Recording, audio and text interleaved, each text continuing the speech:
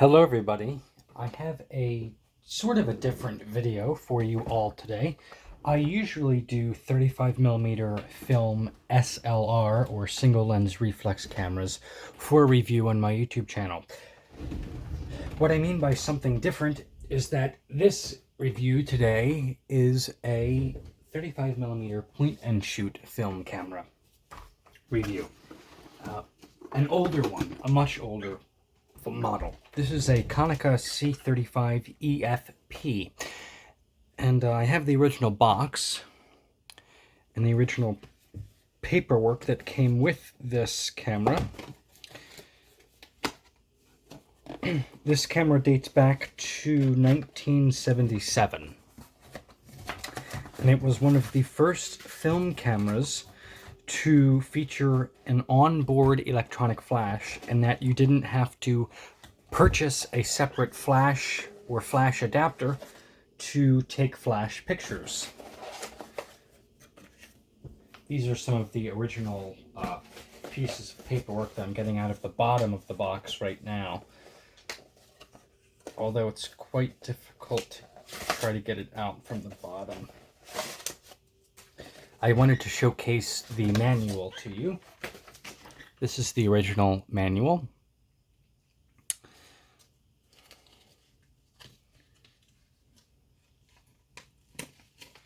So this is sort of an exploded diagram, if you will, of the camera and the functions of the camera. Now this camera you could purchase just the unit itself, or you could purchase a case that went along with the camera. This camera does not have the case with it, but that's not a problem. I don't normally go out and shoot with cameras that have cases attached to them anyway. So just to get started on the review aspect of this camera, anybody who finds this or was gifted this camera, whomever needs to know how to work this camera, it's your simple, no frills point and shoot film camera. Now this is not a digital camera. It does not take digital photos. It takes film photos, which means that there's a photographic canister, if you will,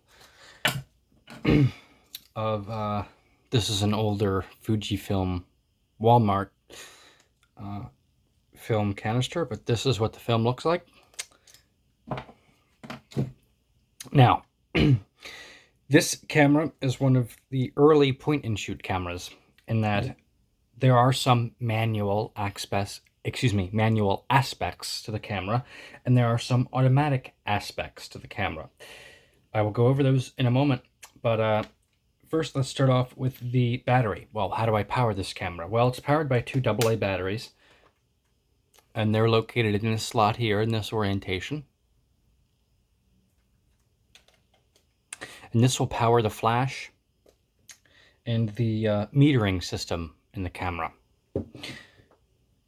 To turn on the flash, you simply slide this red button to the camera's right.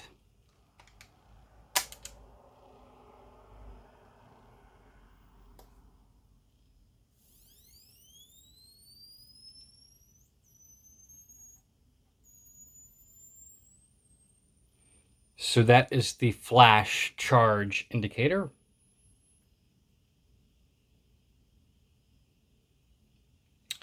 That sound is the flash capacitor charging up.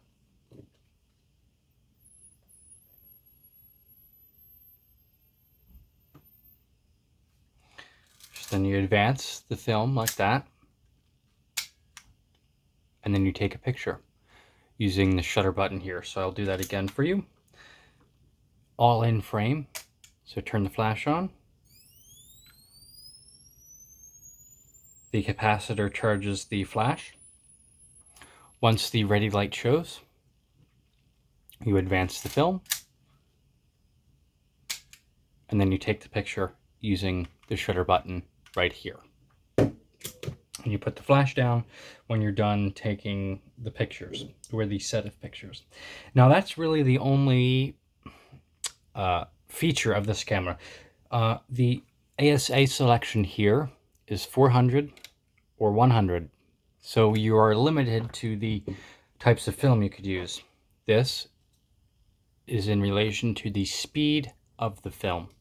So you can only use 400 speed film or 100 speed film without getting interesting effects on your film.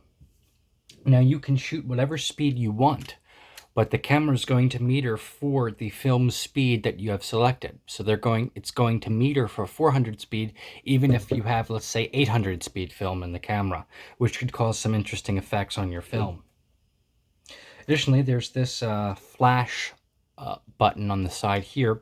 Apparently, I'm going to show you this message here: for use with flash pictures between 5 to 7 feet, hold in the side button while taking the flash picture. I guess that reduces red eye or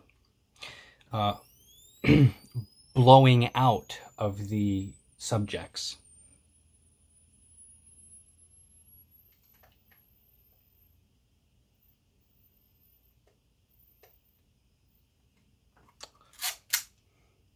So if you are taking a picture of somebody who's 5 to 7 feet away, you hold in this button while taking the picture. And that reduces, I believe, the blowing out effect of shooting a flash picture directly into someone's face.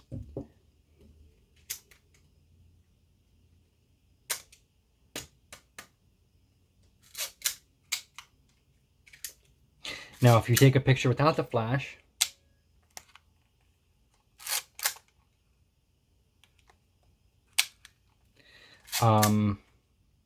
and the camera will meter for that, it'll get a red light in the viewfinder.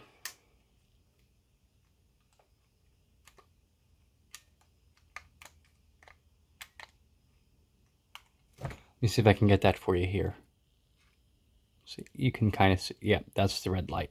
So if the camera meters that the photo is too dark, it'll still allow you to take the picture, but your picture will be underexposed. Now, turning to the back of the camera, how to open the film chamber. You click this button down, and then you release.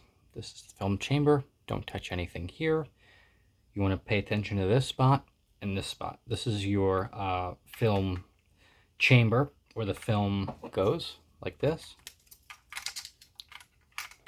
You would advance the leader of the film over to here, put it in one of these slots, and then advance a couple of times.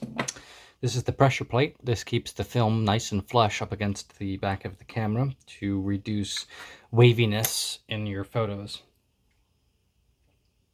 And that's it. I don't have any other things to note. This is your rewind button, so when you're ready to rewind the film, just click this button in and turn in the direction that the arrow states, this way. So if you're looking, the camera's facing your body, your person, you go clockwise. If you're spinning it like this, you're also going clockwise. Thank you very much for watching. It was a short video, but yet again, still interesting little camera to shoot. If you have any questions, please put them, or concerns, or corrections, please put them down in the comments. I'd appreciate that. Thank you very much. Have a great day.